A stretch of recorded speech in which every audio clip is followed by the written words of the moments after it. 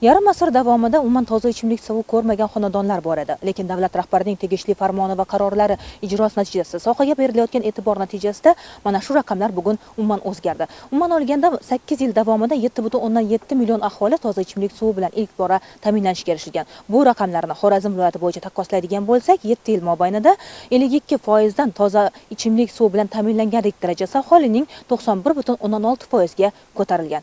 Bu natijalar aholini qanchalik xursand qilyapti? Bugun ko'rsatuvimiz doirasida ayni jihatlarga e'tibor qaratamiz.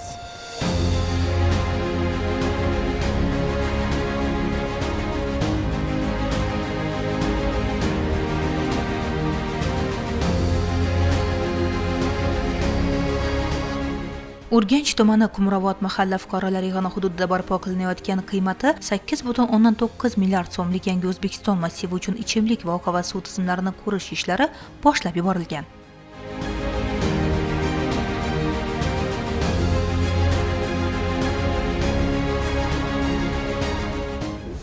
Davlat rahbarining 2021-yilda qabul qilingan tegishli farmoniga asosan ana Yangi O'zbekiston massivlarida ichimlik va oqova suv tozalash inshootlar barpo etish bo'yicha topshiriqlar berilgan edi va Xorazm viloyatida ham barcha hududlarda bosqichma-bosqich Yangi O'zbekiston massivlari barpo etilmoqda. Biz bu borada amalga oshirilayotgan ishlarni qanday kuzatishimiz mumkin? Urganch tuman Qumrobod mahallasida Yangi O'zbekiston massivlari uchun uy-joylar qurilishi boshlangan. O'sha uy-joylarga biz mana suvni yetkazib berish inshooti quvvatini kuchaytirdik. Yon tomonda oqova suv inshootini ham qurganmiz.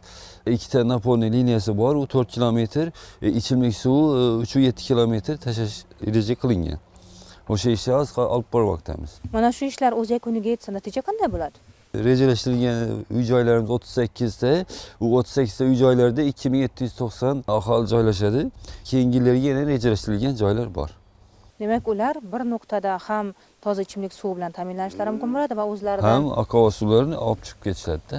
38 ta to'g'im 3000 ga yaqin xonadon quriladigan bo'lsa, o'sha xonadonlarga yetkazib berish bo'yicha nimasini ham quvvatini ham oshirdik. Ichkariga nasos qo'ydik, qo'shimchasiga o'sha quvvati oshdi endi-da. Aholiga ham yetkazib beradi bu suv inshootimizni. Hozirgi kunda bu suv inshootimiz tez tibbiy yordam shoshilinch bolnitsasiga, keyin 500 ta xonadonga ichimlik suv berayotgan bo'lsa, bu Yangi O'zbekiston massivi bitgandan keyin 3000 xonadonga suv yetkazib berish imkoniyatimiz yana oshadi-da. Yana 2025 ga mana Shovot Yangi O'zbekiston massiviga qilyapmiz. 2000 kublik suv tozalash inshooti Hazaras ziyolilarga unga 2000 kublik suv tozalash inshooti quryapmiz.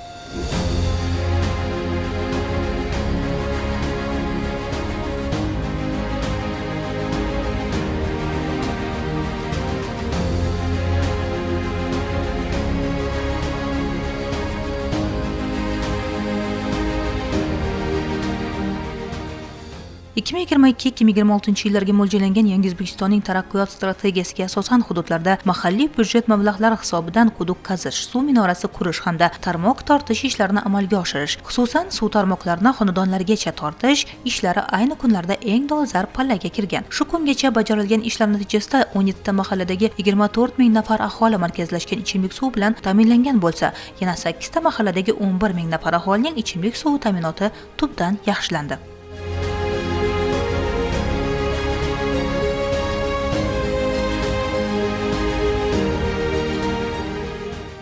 Tumanimizda 2017-yil 160 ming aholi xonadoni mavjud bo'lgan bo'lib, bundan 68 ming nafar aholi ichimlik suvi bilan ta'minlangan, ya'ni 43% tashkil qiladi. 2017-yil 2024-yillarda O'zbekiston Respublikasi Prezidentining qarorlari, tegishli topshiriqlari amalga oshirish maqsadida manzilli dasturlar ishlab chiqilgan. Ushbu manzilli dasturlarda Qo'shibir tumanimizda 8 yil davomida 125 milliard so'm pul mablag' ajratilgan bo'lib, bugungi kungacha 446 kilometr tarmoqlar va 12 ta inshootni foydalanishga qabul qilindi. Tumanimizda 2017-yilda 43% bo'lgan bo'lsa, ta'minlanganlik darajasi bugungi kunga kelib 96,8% tashkil qildi.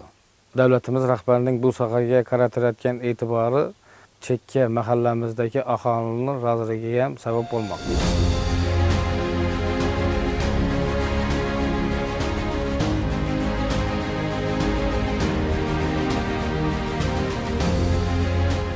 Toza ichimlik suvi har bir inson uchun eng asosiy ehtiyojlardan biri. Bu nafaqat sog'liq, balki ijtimoiy-iqtisodiy taraqqiyot uchun ham muhim omil hisoblanadi. Shundan kelib chiqib, hududlarda aholini toza ichimlik suvi bilan ta'minlash borasidagi keng ko'lamli ishlar amalga oshirilmoqda. Buni birgina Qo'shko'pir tuman misolida tahlil qilsak, tumanning markazlashgan ichimlik suvi bilan ta'minlanganlik darajasi 97% ga yetkazilgan.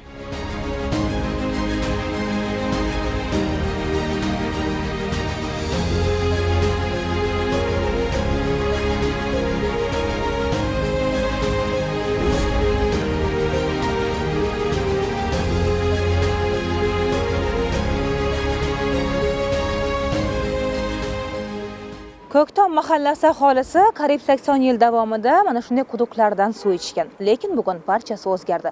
Ya'ni ilk bora mahalla aholisi uchun markazlashgan ichimlik suvi olib kelindi.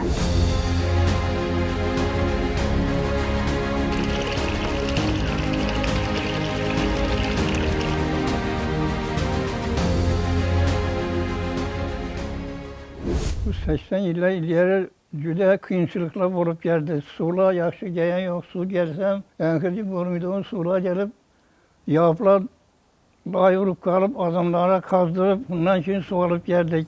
Qiyinchiliklar juda ko'p bo'ldi. Shu hozirgi vaqtda mana prezidentimizni tashabbuslari bilan kanalizatsiya vodoprovodlar o'tib, toza suvlar kelib, xalqimiz toza suvlar bilan ta'minlanib, yaxshi farovon hayot kechiryapmiz. Hozirgi davrda mana krandan açarsan suv keladi, chelak doladi, olib qo'yaverasan. Uylari, ishlarni o'tib turibdi. Ansatgina ilgari qiyinchilik bilan yop uzoq quduqlar kelmadi. Hozirgi davrda juda yaxshi. Men mana shu Ko'ktom mahallasiga kelin bo'lib tushganimga 40 yil bo'lgan. Oldinlari shunday ko'p muammolarimiz bo'lgan, ichimlik suv darak. O'zingiz bilasizlar, Xorazm sharoitida hamma joyda sho'r suv bor. Biz mana shu quduqlardan, basma krantlardan suv ichardik. Qiyinchilik bo'lardi. Yomon sharoitlarda suv qatnardik. 2022-yili mana shu mahallamiz obod qishloq dasturiga kiritildi. Hamma xonadon toza ichimlik suv olib kirildi. Hamma odamlarimiz xursand. Prezidentimizga mingdan-ming rahmat. Odamlar rozi, minnatdorchilik bo'lib o'tiribdilar. Mana shu Ko'ktom mahallamiz eng chekka hudud hisoblanadi. Hamma xonadonga ichimlik suv kelib, muammomiz barham topdi. Mutaxassislarning ta'kidlashicha, ichimlik suvining sifati bevosita aholi salomatligiga ta'sir qiladi. Shu bois mamlakat bo'ylab zamonaviy suv tozalash inshootlari barpo etilmoqda. Qishloq va olis hududlarda yangi suv quvurlari tortilmoqda. Mahallalarda ichimlik suv muammolari hal qilinib turibdi. Oldinlari quduqda ichadigandik. Suv muammolari qiyin edi. Bundan burun Anqardan, Salmodan, Zeyyaplardan ishganlar. Shu Qadrat mahallasida necha xonadon bo'lsa, hammasida ichimlik suv bor. Bu prezidentimizning bu farmonlaridan qabul qilingan qarorlardan xalqimiz, elimiz minnatdor.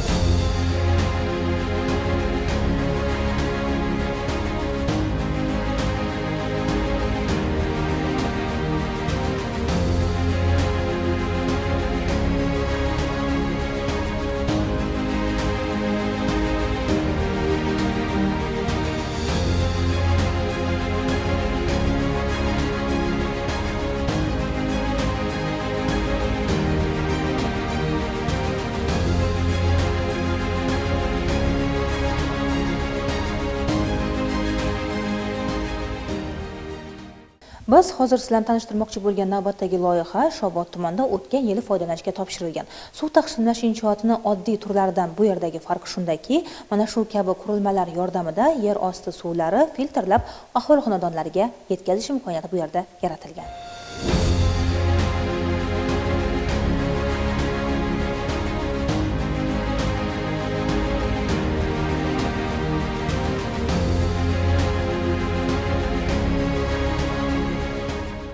Shovot tumanida yana bitta yuqoridagi loyiha kabi suv taqsimlash inshooti qurilishi boshlangan. Oldin bu yerda 400 kub suv zaxirasi yaratish imkoni bo'lgan bo'lsa, yangi loyihaga asosan suv tozalash sifati oshirilib, aholiga suv yetkazib berish hajmi 5 barobarga ortishi kutilmoqda. Shu bilan yangi Bo'rloq, To'qmang'it, Monoq, Maxtumquli mahallalariga suv yetkazib berish rejalashtirilgan. Shuningdek, yangi nasos stansiyasi barpo etiladi. Mazkur loyiha ishlar yakuniga yetkazilsa, aholiga soatiga 50 kub chuchuk tozalangan, filtrlangan suv yetkazib beriladi.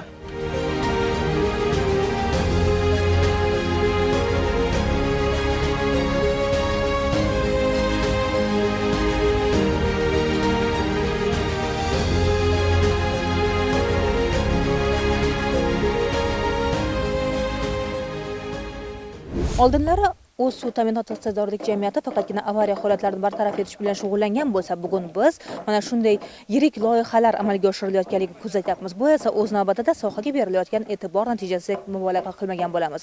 Va eng asosiysi mana shu olib borilayotgan islohotlardan fuqarolar ham mamnun bo'lishmoqda. Siz ham mana shu yerda uzoq yillar davomida faoliyat olib borgansiz va mahalladagi o'zgarishlardan kayfiyatingiz qanday endi? 4 ta qishloq aholisini ichimlik suv bilan ta'minlash bo'yicha 1979-yil 28-avgust kuni ishga tushirildi. 200 kub rezervuar zaxira suv saqlanadigan rezervuarlar bor edi. Endi hozirgi kunga kelib, endi aholining o'sishi, qishloqlarning kattayishi hisobiga ichimlik suvi tanqisligi sezila boshladi. Mana hukumatimiz yaqinda shu yerda 2000 kub suv saqlanadigan hovuzlar qurib ishga tushyapti. Zaxira suv sig'adigan suv taqsimlash inshooti qurilishi boshlandi. O'ta kam yerlarda chet qishloqlarda nima qolgan, ularga mazkur hammasi suv ichimlik suv bilan ta'minlash to'g'risida hammasi liniyalar tortilyapti. Hamma qishloqning hamma aholisi suv bilan ichimlik suv bilan ta'minlanadi. El yurtimiz tinchligi, osoyishtaligi shunday ajoyib qurilishlar bo'lib turibdi. Yo'llar ham qurilyapti. İçimiz suv liniyalar tortilyapti yangidan, eskilari almashtirib, millatlar hamma aholimiz. O'zim ham shu mahallada istiqomat qilaman. Shu yerda ishladim, 40 yil ishlab pensiyaga chiqdim. Hozir yana yoshlar ishlab turibdi o'rnimizda. Ajoyib, hech qanday kamchilik yo'q.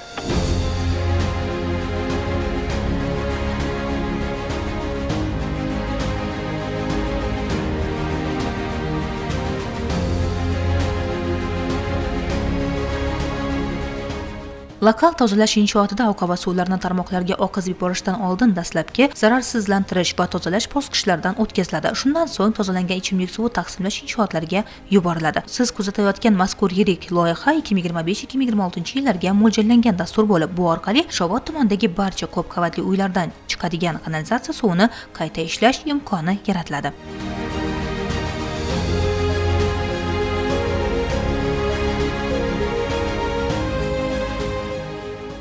Davlat rahbarimizning birgina qarori asosida Xorazm viloyatining o'zida o'tgan yili 13 ta yirik loyihalar amalga oshirilayotganligini suv yo'nalishi bo'yicha kuzatishimiz mumkin va mazkur loyiha ham joriy yildagi ishlar davomida desak mubolag'a qilmagan bo'lamiz. Loyihaning afzallik tomonlari, aholimizga qanchalik manfaatli bo'lishi haqida bizga soha mutaxassisi ma'lumot beradilar. Yaxlit holda qilinayotgan oqova suvlarni tozalash uchun ixtisoslashtirilgan yangi texnologiyalar, Yevropa texnologiyalari soha bo'yicha ko'p yillik tajribasiga asoslangan innovatsion g'oyalardan biri hisoblanadi.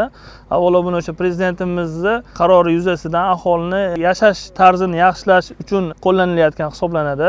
Ortiqcha misol yer maydonisiz, nojo'ya hidlardan har xil afzalliklar bor. Loyihamizning qiymati 38 milliard hisoblanadi. Bu summada shu ko'rib turganingiz bir kunda 2000 kubagacha bo'lgan oqova suvlarni tozalab, shu aholi texnik suv deymiz, ichimlikka yaroqsiz lekin foydalanishga yaroqli bo'lgan suvni hisoblanadi hamda 2000 kubalikni o'sha dalalarni sug'orish, ariqlarga, ekinlarga chiqarib tashlash loyiha ko'zda tutilgan hisoblanadi. Va loyiha faqat shu bilan to'xtab qolmaydi. Shovot tumanidagi barcha ko'p qavatli xonadonlarni kanalizatsiya tarmoqlari mana shu loyihalar orqali amalga oshiriladi va biz Yangi O'zbekiston massivida ham bu loyihaning uzviy davomini kuzatishimiz mumkin. U yerdagi ishlar qanday davom etmoqda? Bu loyihamiz uzviy davomi sifatida yangi qurilayotgan Yangi O'zbekiston massivi Shovot tumaniga ixtisoslashtirilgan ko'p qavatli uylarning kanalizatsiya hamda oqova suvlarni hamda Shovot tumanidagi joylashgan markaziy shifoxonaniki, qo'shimcha ravishda eski qurilgan domlarniki, o'sha ko'p qavatli uylarni hamda yangi qurib kelinayotgan aholi uchun infratuzilma obyektlari hisoblangan ko'p qavatli turar joy majmualarini kanalizatsiya suvlari shu yerga kelib, shu yerdan tozalanib chiqib ketish ko'zda tutilgan. Va tozalanganda ham sifat ko'rsatkichlarini oshirish bo'yicha ham bu yerda menimcha inobatga olingan bo'lsa kerak. Qurilmamiz, inshootimiz shundan iboratki, oqova suvlarni biologik tarzda tozalash uchun ixtisoslashtirilgan hisoblanadi. Biologik tarzda o'sha aktiv il deydi loyihaning tilida, o'sha illarni boqib, bakteriyalarni tindirib, shuna qilib, tingan suvlarni keyin ekin maydonlariga, dalalarga sug'orish uchun, fermer xo'jaliklari uchun chiqarish ko'zda tutilgan hisoblanadi. inshootimiz 2 qavatdan iborat. Birinchi qavatida o'sha suvlarni yig'ib, suvlarga texnologik ishlov berish jarayonlari kuzatiladi hamda ikkinchi qavatida maxsus texnikalarimiz, uskunalarimiz, kompressor ustanovkalarimiz hamda laboratoriya, eng asosiysi laboratoriya, xlor hamda haligi aholi uchun, misol ichimlik suvi deyapmiz, ekin maydonlari uchun deyilyapti. Shularga nisbatan yaxshi ko'rsatkich berish uchun harakatlarni amalga oshirish, xonalari, stansiyalari nazoratga olish, hammasi shunda majmuada jam bo'lgan hisoblanadi.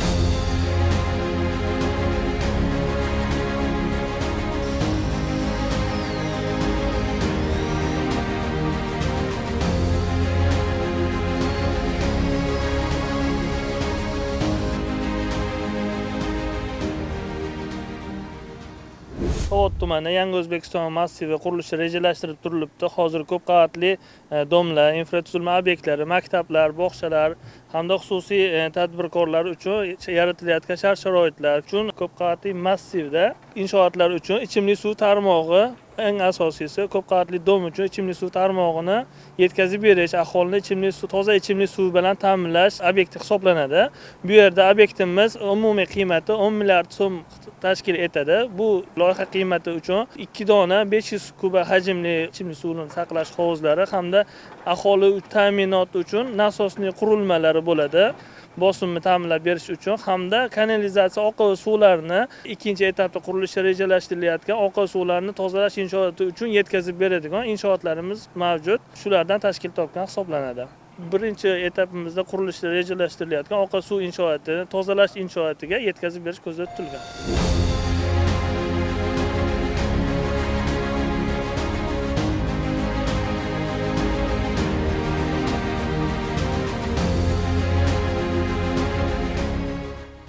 Xonqa tumanidagi Yosh kuch mahallasi Yangi O'zbekiston massivida ichimlik va oqova suv tizimlarini qurish ishlari bajarilgan va 3 ta loyiha ishlari yakunlanib, foydalanishga topshirilgan.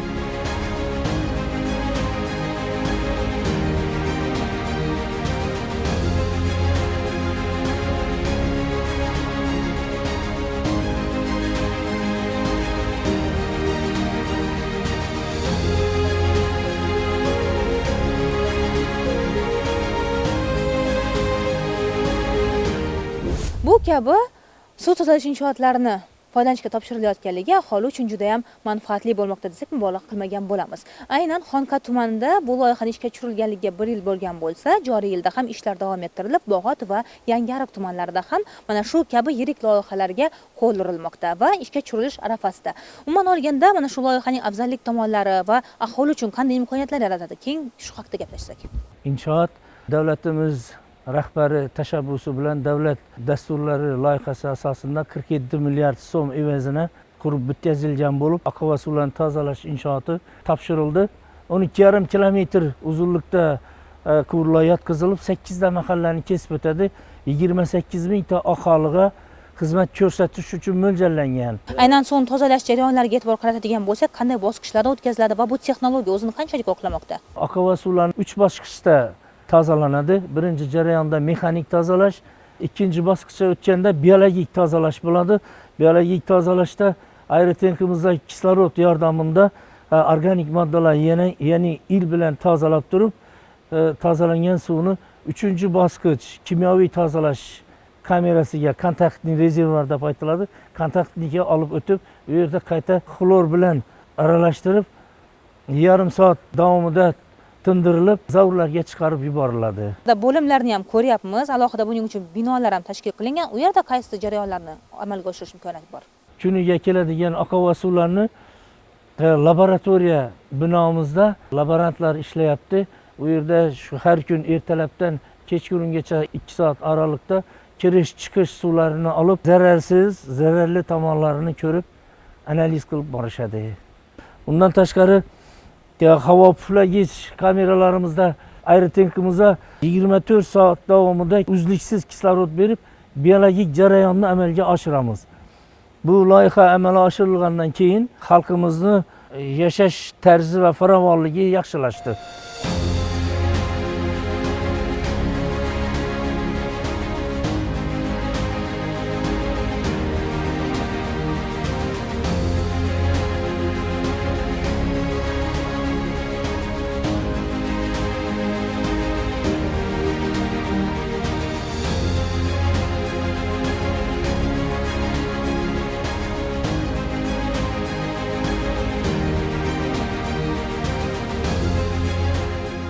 Keyingi yillarda viloyatda 7,4 ming aholiga ko'rsatilayotgan oqova suv xizmati yaxshilanadi. 106,9 ming nafar aholi ilk bor oqova suvi xizmati bilan ta'minlanadi.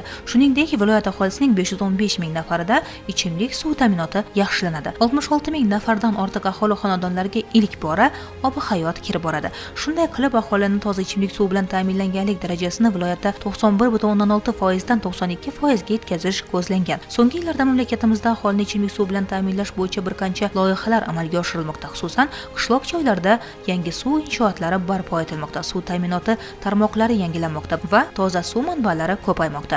Bu borada innovatsion yechimlar, zamonaviy texnologiyalar va jamoaviy sa'y-harakatlar orqali samarali natijalarga erishish mumkin. Xorazm viloyatida 2025-yilda jami 13 ta obyektlarimizda qurilish montaj ishlarini olib borish rejalashtirilgan.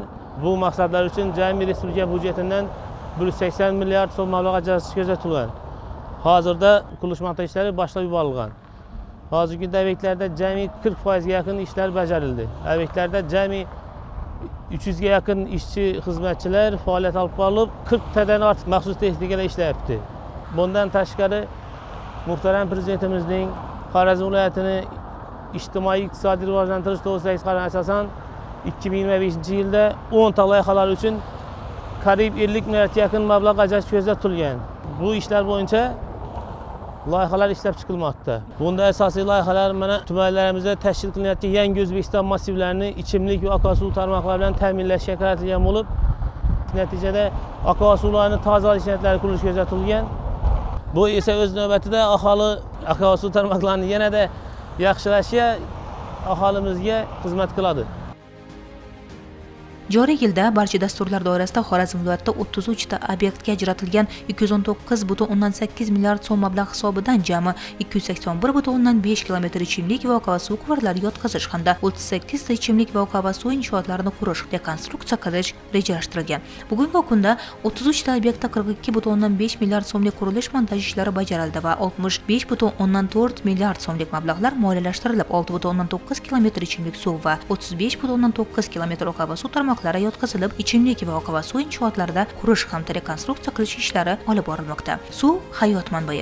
Butun borliq jonzotning tirikligi suv bilan, yurtdoshlarimiz salomatligi ham bevosita iste'mol qilinadigan suv sifatiga bog'liq. Shu sababdan ham mamlakatimizda aholi turmush farovonligini yuksaltirish, salomatligini asrashga e'tibor qaratilar ekan, birinchi navbatda xalqimizning markazlashgan ichimlik suv bilan ta'minlash darajasini oshirish ustuvor vazifa sifatida qaraldi. Har yili bir qator hukumat qarorlari qabul qilinib, ular asosida ichimlik suv tarmoqlarini qurish va rekonstruksiya qilishga qaratilgan davlat dasturlari hayotga tatbiq etilmoqda. Natijada ichimlik suv tarmoqlari yildan yilga minglab kilometrlarga kengaytirishga erishildi. Raqam va natijalardan ham bu yo'nalishdagi ishlar ko'lami nechog'lik kengligini bilish mumkin. Asosiysi, bugun qabul qilinayotgan barcha qarorlar faqat qog'ozlarda qolib ketmasdan, ijrosi ana shunday hayotiy misollar orqali ta'minlanmoqda. Bu esa inson qadri ulug'lanayotgan diyorimizda fuqarolar hayotdan rozi bo'lib umr kechirishlar uchun barcha imkoniyatlar safarbar etilayotganligidan darak.